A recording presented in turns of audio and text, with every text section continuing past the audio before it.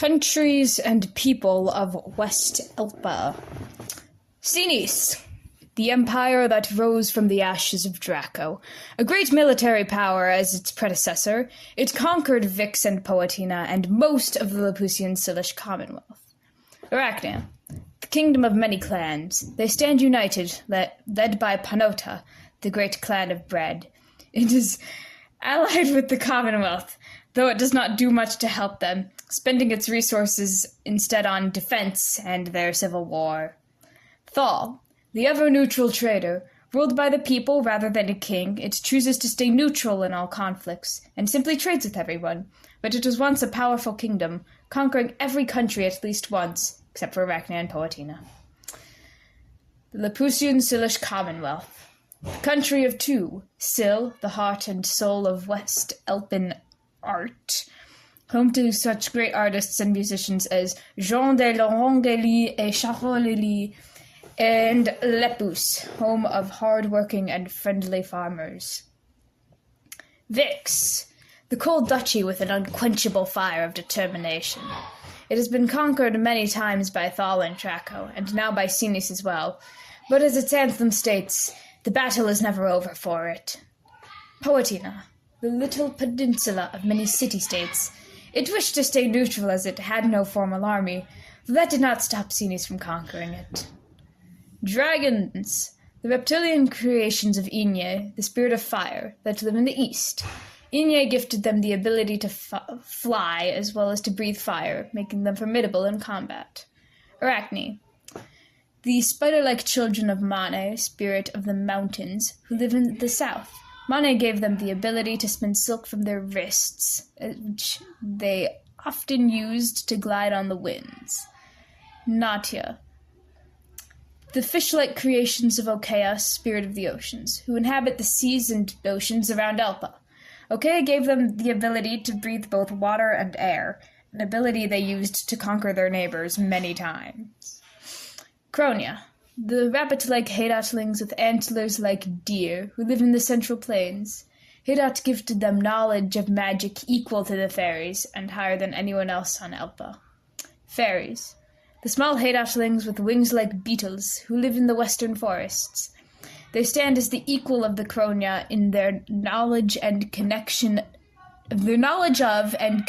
to magic, whose name is only known by Haydat and Sio. Vixor, the two-tailed ox creatures born of Elsina, spirit of the snow, who live in the tundra and snowy forests of the north. Their senses are above any other on Elpa, giving them the ability to smell souls, and better see and hear wanderers. Chapter 1. The Day of the Red Sun. The best way to justify travel is to go into a tavern and accept the offer of the strange old man who greets you. There is a high likelihood that he is Sio in disguise. The Lady of Thieves from Thieves' Web by Lady Cecily. Tila, Day of the Red Sun, Okais, 745. Footnote, Okais is the 5th month of the Tholite calendar and the 2nd month of summer. Azuna, it was the anniversary of Powatina and Vix's fall. The events in the sky setting an appropriate mood for what was about to happen. Yesterday was the first day of the new moon. Tomorrow and the day after will be the same. Today was the climax of the new moon, where the moons Riza, the larger, and Leah, the smaller, aligned and completely covers the sun. Or almost, at least. They only nearly covered it, leaving a thin ring that looked like fire. The sky turning a more red color, like your hand when you cover the light with it, rather than looking like twilight as it did on the day of the black sun. It was a bit strange that every time a country fell to Cinnis, it had been on this day, especially since solar eclipses were said to make dragon fire and fire magic weaker. Perhaps this was exactly why they had, trying to make us overestimate them. Perhaps it was because this was, well, not a holiday exactly, but our dinners were slightly nicer during the eclipses, so we would be less likely to expect an attack. Perhaps it was because Vix and Powatina had fallen on this day. In any case, the Senescents had finally broken through our defenses after a month-long siege at Alder, and as most of the army was either starving, tired, or dead, they quickly made their way to the palace. At least, they would have if they were the only ones who had prepared an attack. But they were not. When the siege began, the queen, who at the time was the mistress of defense, asked every soldier who was not in order to build a wall around their camp. They had done this, as well as gathering their weapons, with remarkable speed, and had spent the past months shooting down any blockade runners that tried to aid the Senescents. I did not expect us to win, but I hoped it would at least be enough to slow them down. My sister, Luzelus, better known as Luzelus, but I did not like nicknames, and I had been coming home from my neighbor's house so she could resume her role making clothes for the townfolk when a deafening crash signaling the fall of all walls echoed through the town, taking trees with them. Quickly following was the shouts of soldiers, ours and theirs, rushing to battle. Soon after, the civilians began panicking, mothers and fathers scrambling to find all their children, orphans running alone or with siblings if they were lucky. The refugees who had come here for protection were wearing odd grimaces, as if they had gone all but numb to Sinis's violence, where they gathered their few possessions. Most of them went west, away from the front. Some north, to the bloody river that ran through Alder, and some towards the town stable. I tried to imagine the palace burning, but I found I couldn't. It was ancient. According to tradition, King Sorhol the Great had asked for omen for himself and his family, wanting something small. He didn't want to rule a country. He wanted to take to the rivers, sing the epics of heroes for the rest of his life, like his ancestors, Sylvie of the Rivers, had done. The people had heard his request and given him a huge palace with a magnificent golden dome that still sparkled in the sun to this day, asking him to be their king. And with some urging from his great mother, the Merlevy, he had accepted. The palace was as old as Syl itself. Imagining Alder without it would be like imagining life without Sharum. Footnote. Sharum is the Sylish word for art in general and also for souls. What do we do now? Luzelus asked. Considering what we did with Deal and what happened to it, I don't think Alder will be here much longer, I said. My mind raced to ways to get out of the city. The most obvious was to walk out, but I was worried this would attract suspicion. After all, the Senescents would want as many people dead from their attack as proof of their superiority. We'd need an excuse, but it would have to be a good one, and there were only a few places I could think of to get something like that from. Luzelus looked down at the scraps of wool she held. So much for sewing again. You'll get another chance. Now, my suggestion is to go to the tavern to get a valid excuse for leaving, I said. Syl will surely be there, and I wonder what his reaction would be to someone taking him up on his offer for once. Syl was the spirit of chaos, and was the easiest one to get a job from, since all we had to do was go into a tavern. And as terrible as the Senescents were, they were not stupid. They were not trying to obstruct someone tasked by the spirits. She nodded. That seems reasonable. We made our way to the local tavern. As I hoped, an old man with strange, long, and pointy ears, wearing a purple and yellow jester's hat, greeted us at the door. Bonjour, Mademoiselle. I am looking for a few pairs of hands to do a job for me. Would you like to? His accent shifted on every word. Sometimes he spoke in perfect Sylish, sometimes he sounded draconic, sometimes Vixic. Other times I could not identify it. Footnote. Bonjour is the Sylish word for hello, and Mademoiselle is miss. Also Sylish, but plural. It is abbreviated as MSLS. Also, unlike other people, it did not stumble over what to call Luzelus. must got confused as to whether to use Mados or Madosel, because she dressed like a married woman, but she was not of marrying age. Footnote: Mados is the Sylish word for Mrs. or ma'am or madam. Yeah. Bien joué, Mademoiselle. We'd be happy to accept your offer, I said. Footnote: Mademoiselle is Sylish honorific for unmarried men or boys. He blinked. You would? Yes, I smiled. We're looking for money and a good reason not to be here. He frowned. Oh, this is strange. People usually ignore me. Anyway, I need someone to take goods to the nearby Flupix Lake. To the stable near Flupix Lake. Great, where are they? They're at the stable. I will meet you in Vix when you are finished. I frowned. If you're going to meet us there, why do you need us to do it? That is irrelevant. Do you want your money and excuse or not?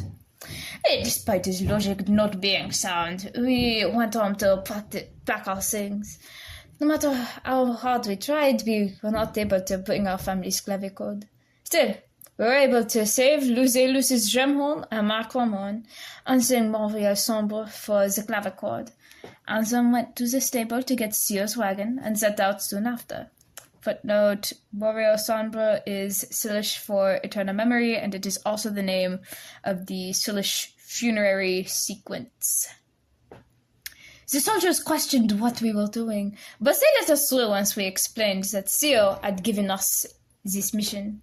The first night of our journey, when I was almost asleep, I could hear Lucelus crying softly. Quarnka! I sat on the cliff overlooking my village, Ina, my dark gold cloak flying out behind me in the cool summer breeze. I ran my hand over my skirts as I watched the small figures of the Synian soldiers that had been in Ina for as long as I could remember, standing around street corners, waiting to catch the slightest slip-up. My brother growled. I can't take this no more.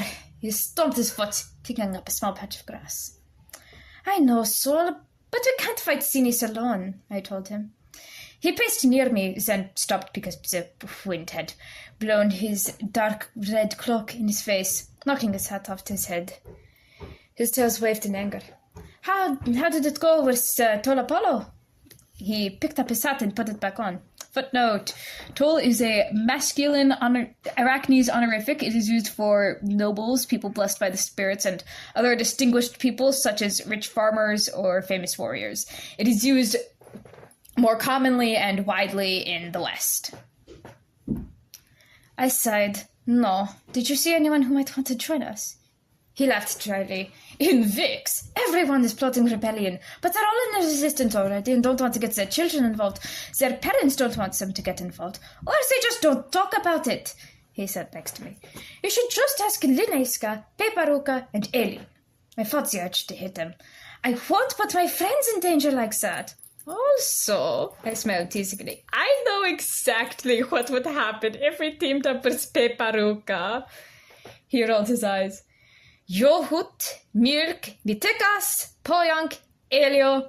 I cut him off as a glare. Elio don't count! We were 5, and we just fought over rotten berries. He sighed. Anyway, they're already in danger. They live here.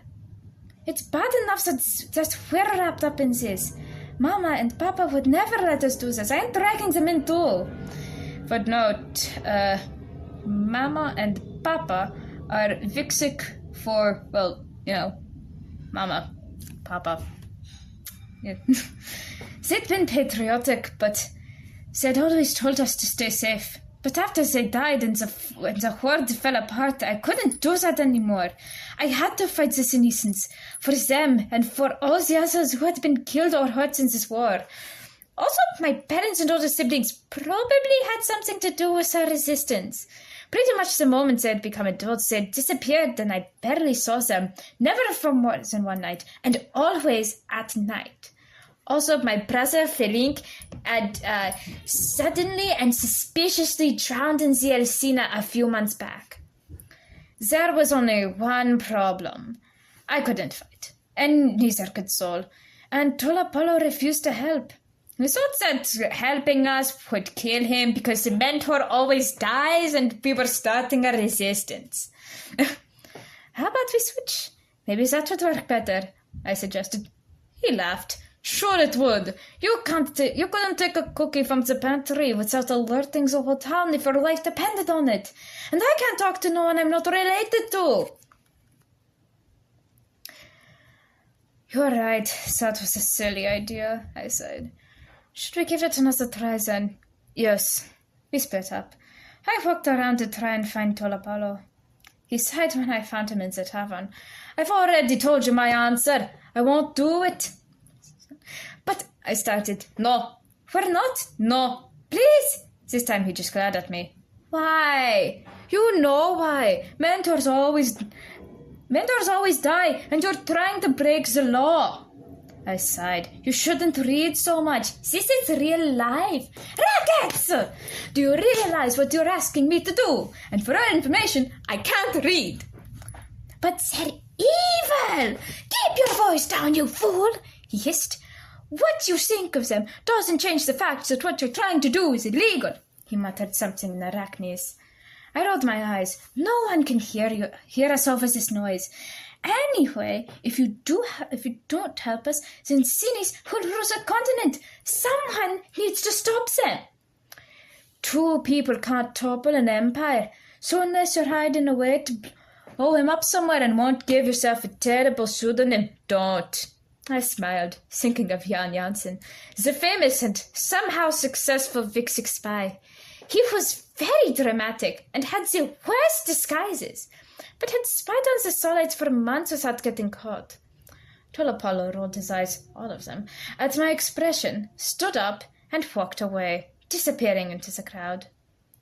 I met with Sol on the path that led to the cliff as the sun was starting to set. Any luck? I asked. No, he answered. But something interesting's happening with the Mafia. Oh? Someone got on the wrong side of Stormson. He was the leader of a big and powerful gang. Oh? Oh, he grimaced. I don't know, something Solson. I frowned. Is it Lileiska's grandfather named Sol? Anyway, Tol Apollo said two people can't topple an empire. So did you find anyone? Ask your friends. I sighed and glared at him. I ain't doing that. Warnka. I ignored him. We'll continue tomorrow.